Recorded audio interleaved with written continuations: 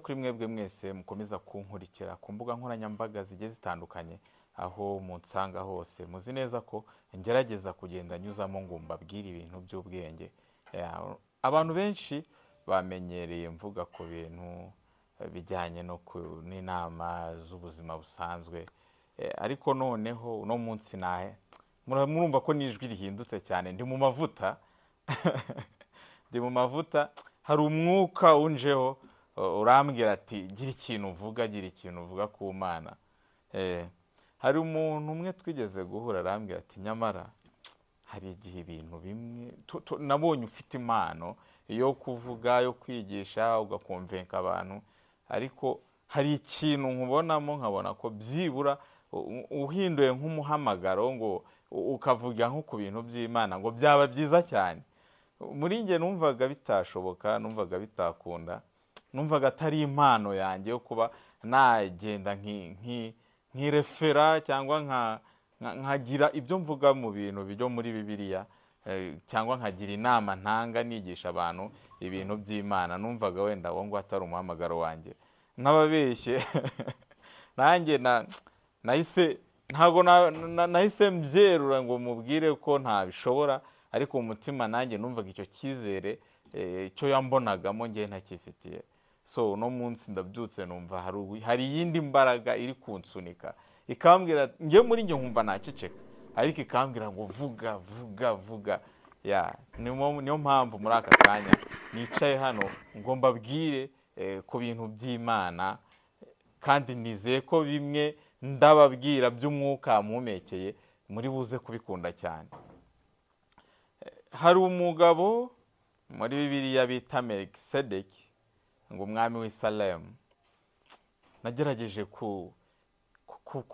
iryo zina numvaga ari izina ryiza, noneho ngerageza no gukurikirana amakuru y'uwo mwami w'i Salemu Merkisedeki, ngerageza kuba interested kuri we, numva byaba byiza noneho nicaye hano nkamubabwiraho. Abantu benshi nta kintu bamuziho, niyo mpamvu kubw'umwuka wera ndagira ngo mbabwire bike mu byo nasobanukiwe kuri uwo Merkisedeki.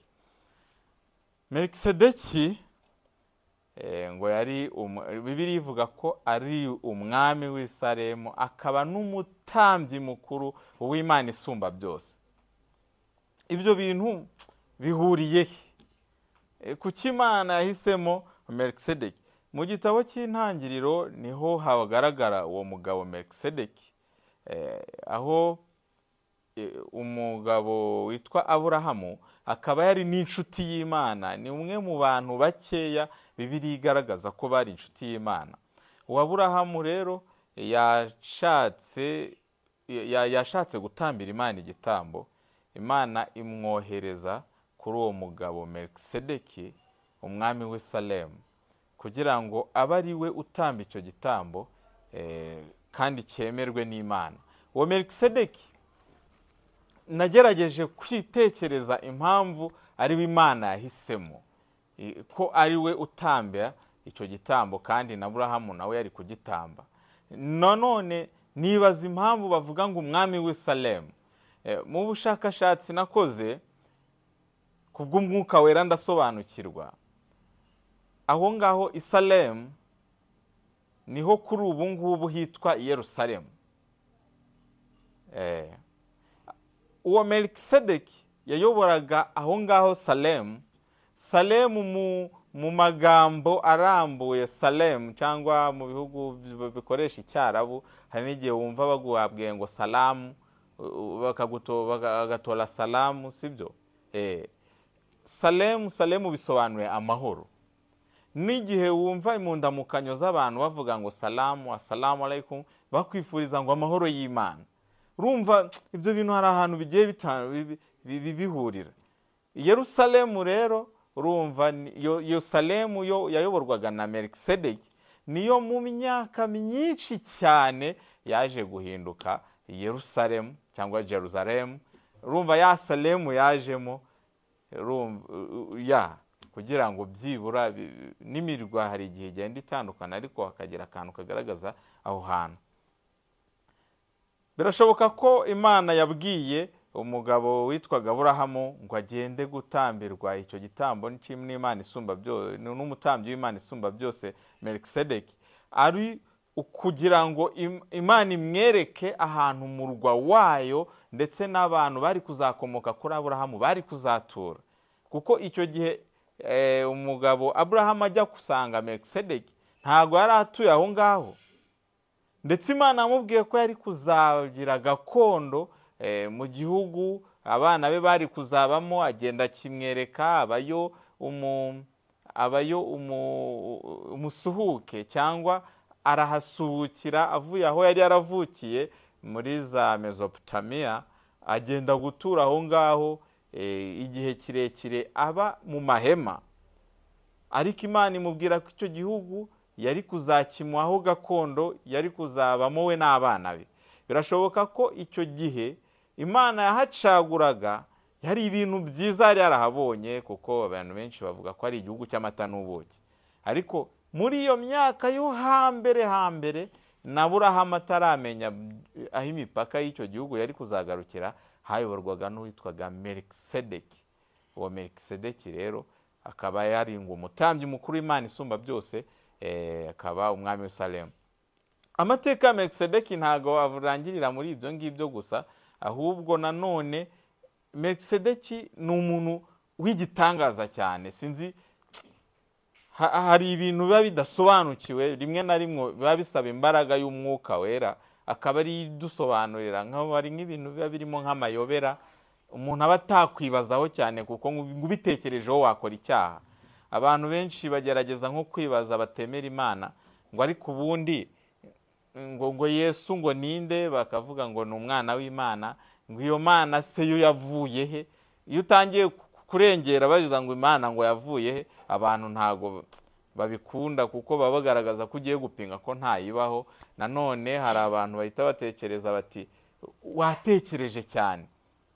Impamvu mbihuje n'ibyo ngibyo nuko na Merkisedeki baravuga ngo utarigeze agira nyina, utarigeze agira nyina. Yes, ni ukuvuga ngo Merkisedeki nta nyina, ngo nta na se yagiraga. Ubundi hari ukubyarwa k'uburyo butatu. Ukubyarwa kwabaye mu bantu ni ukubyarwa k'uburyo butatu. Ukubyarwa kwa mbere abantu bazi ni ukubyarwa kuzwi cyane, ni ukubyarwa ku babyeyi bombi, ukaba ufite mama ukaba ufite na papa. Ukubyarwa bwa kabiri kwabayeho abantu bamenye, ni ukubyarwa uturutse ku mugabo. Yes, kubyarwa uturutse ku mugabo byabayeho kuri Adamu. Adamu yari afite se ariko adafite nyina. Adamu yiremewe n'Imana nimubera se. Hakabaho n'ukubyarwa kwa gatatu, ko noneho uba ufite mama ariko udafite papa. Ni amavuka y'igitangaza ndi kubereka. Kubyarwa kwa gatatu ufite mama ariko udafite papa byabayeho kuri Yesu. Yesu muzi neza ko yari afite nyina ariko ntago tuzi se. Ise bavugaga ko ari Imana, ariko ibyo bintu nabyo bibacanga abantu cyane, nuko n'ubundi buryo umuntu yashoboye kubaho mu buryo bw'igitangaza cyane. Kubyarwa uturutse kuri papa byabayeho kuri Adamu, niwe ise wa Adamu ni Imana. Kubyarwa uturutse ku mugore gusa ariko udafite papa byabayeho kuri Yesu. No kubyarwa mu buryo twe dusanzwe tuzi byo kuri papa na mama bibaho ahantu hose, ariko kuri Merkisedeki nuko we atagiraga ngo se ntagire na nyina. Icyo ni igitangaza cyane cyabayeho, kitigeze kiba ku wundi muntu. Muri make nta muntu ujya wibaza avuge ngo Merkisedeki ubundi yavuye he. Ahantu bijya biba ni hamwe gusa, ni ku Mana. Utabaza Imana ntigira se ntigira na nyina, nta muntu uzaho Imana aturutse. Nibyo bita bituma nibaza ati se ahubwo Merkisedeki ntiyari imana yiberaga mu bantu. Kuko Merkisedeki ntago yari afite se, niko birivuga, ngo nta nubwo yigeze agira nyina. Nta muntu uzi exactement ahantu Merkisedeki yavuye. Ibyo ngibyo byabaye ku Mana gusa. N'Imana nta muntu ujya yibazaho ngo agerageze kwibaza, yibaza ahantu Imana yaturutse. Na Merkisedeki nawe yabayeho muri ubwo buryo bw'igitangaza. Na Bibiliya ntago igishaka gusobanura cyane kuri ibyo bintu, ngo isobanure amavu n'amavuko ya Merkisedeki. Nuko ivuga ko ari umuntu wabayeho ariko atagira se, atagira na nyina. Icyo ni igitangaza. Icyo ni kimwe mbabwiye kuri Merkisedeki. Ikindi nababwiye nuko Merkisedeki yayoboraga igihugu cy'i Salemu. Salemu urumva nabihuje nshaka kugaragaza iyo Salemu abantu bahita bamenya aho ariho, ari nayo yaje kuzaba umurwa mukuru w'igihugu cya Yerusalemu cya Isirayeli, ariho kuri uyu munsi yitwa Jerusalem. Nanone icyo nababwiye kuri Merkisedeki nuko ngo yari umutambyi mukuru w'Imana isumba byose. Ariko mani, murumva amatayito umugabo afite ntabaho. Icyo bivugiye kuri ibyo by'uko yabaye umutambyi mukuru w'Imana isumba byose, nuko uyu mugabo ntago yari uwo tuzi mu bihe bya Bibiliya, nuko ari nka Aburahamu. Niwe waje kuvaho abantu bamukomotseho bitwa Abisirayeli, ndetse ngo baba n'igisekuru ngo cy'abantu bose bizera Imana. Iyo umuntu atabaga ari mu muryango wavuye mu gisekuru cya Aburahamu, icyo gihe yabarwaga nk'umunyamahanga, yabarwaga nk'umuntu utazwi n'Imana.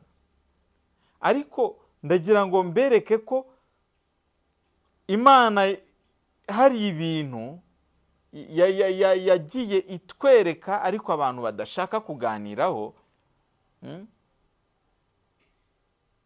Ariko ibyo bintu akaba ari byo uno munsi bitumye nicara hano kugira ngo nsobanure by'abantu bataganiraho ariko nabyo bifitiye umuntu akamaro. Njye hari nk'umugabo nzi nta dini yigirira, abana arabareka bakajya gusengera iyo bashaka, n'umugore akajya gusengera akajyana abana mu dini ashaka. Mbese mu rugo rwe habaye umutekano usesuye, umuntu wese akora ibyo ashaka. Uwo mugabo nta muntu nzaratuka, nta n'umuntu nigeze numva abwira nabi. Uwo mugabo ntago ndamubona nk'inzoga. Ese uwo mugabo koko Imana izamuhana cyangwa azarimbuka? Uwo mugabo rero ndagerageza mugereranye, wenda uwo ngo riri abaho, ariko reka tumugereranye kuri uyu munsi na Merkisedeki. Merkisedeki ntago yavaga mu gisekuru cya Aburahamu, nta nubwo yavaga aho za Mesopotamiya, aho Imana yari yarabonye Aburahamu kugira ngo ijye kumuhitamo ahinduke inshuti yayo, ndetse azabe n'igisekuru cy'abizera bose.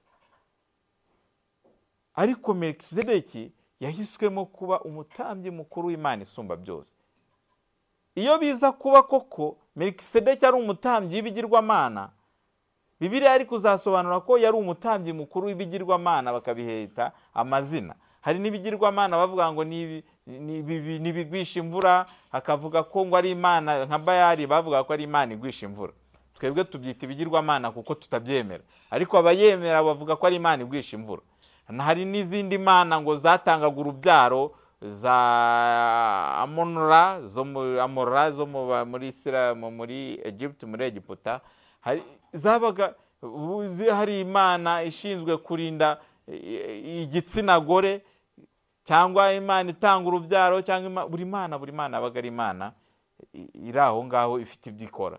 Ariko kuri Merkisedeki we ntago ari Imana y'ikigirwamana, ahubwo ngo ni Imana isumba byose. Imana ni ukuvuga Imana rurema yo dusenga. Kandi ntago Imana ari kohereza Aburahamu wemerwaga n'Imana ngo ajye kureba Merkisedeki batamba igitambo. Igitambo cya Merkisedeki aza kuba atari iki. Imana ntago yemera ibitambo by'ibigirwamana by'abantu batayisenga ngo ibyakire ibifate nk'ibitambo bikwiriye. yayohereje Aburahamu kureba Merkisedeki kubera ko yari amuzi nk'umuntu usenga Imana. Merkisedeki ntago tuzi idini yasengeragamo.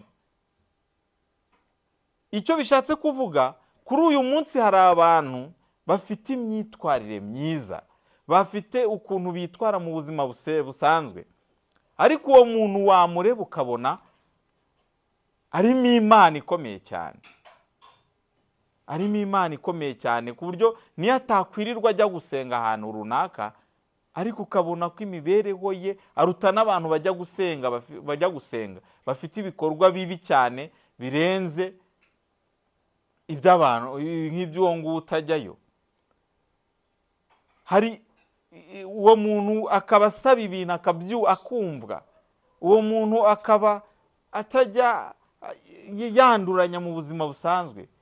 Uwo muntu koko ubaye nk'uwo nguwo, nk'urugero ugahitwamo nk'uko Merkisedeki yakiriwe, Imana ikaguhitamo, abantu nk'abo ngabo siri baracyahari. Niyo mpamvu nari mbivuze muri ubu buryo ngira ngo nkwereke ko kugaragaza ko ngo ujya gusenga ariko ufite ibikorwa birenze iby'amashitani nta kintu bimaze. Kugaragaza ko wicisha bugufi cyane ukavuga mu ijwi rigororotse ngo nibyo bizagaragaza ko uri umuntu warokotse, cyangwa ntago nshaka kuvuga umwadeperi w'umurokore, no. Hari ukuntu umuntu aba yarakiriye agakiza ngo ubu ngubu ngo yitwara abantu bakabirebera mu maso. Ntago ari icyo ngicyo kugenda wibombaritse ngo ngiye ngo nsengera hana ngaha bakubwira ugatukira umuntu mu mutima ukanamuvuma. Ntago ari byo bigaragara ko usenga bya nyabyo. Gusenga kwa nyako ni wowe n'umutima wawe, ni Imana ibizi. Imana niyo izi neza uwo uriwe, nk'uko Imana yari izi imva n'imvano ya Merkisedeki ikamugira umutambyi w'Imana isumba byose, kandi nta dini rizwi runaka yasengeragamo. Icyo kintu nicyo nshaka ko Imana nawe kugira. Reka ngwereze nk'urugero ntandukire. Ese buriya ngerageje nko gutekereza cyane, uzi ko nasanze imibereho ya Merkisedeki cyangwa ubuzima bwa Merkisedeki umwami w'Salemu iruta cyane imibereho ya Aburahamu. Birashoboka ko na Aburahamu akurikije title yari azi kuri Merkisedeki ajya kumusanga agiye yububa, kuko yabonaga umuntu bagiye guhura ari umuntu urenze cyane, atanafungura n'udushumi tw'inkweto ze. Ariko urebye n'ibyo bintu byose n'ibyo bigwi, ntago Merkisedeki ari umuntu Bibiliya ivugaho cyane cyangwa ngo imwandikaho amagambo menshi cyane ibigira ibisingizi imushyiraho. No. Bisaba kuba waricaye ukasoma Bibiliya nibwo hari n'abantu kuri uyu munsi bamaze imyaka 300 aho naba nkabije, ni ukuvuga basaziye mu bintu by'Imana, ariko akaba ari ubwa mbere bumvishije ibya Merkisedeki.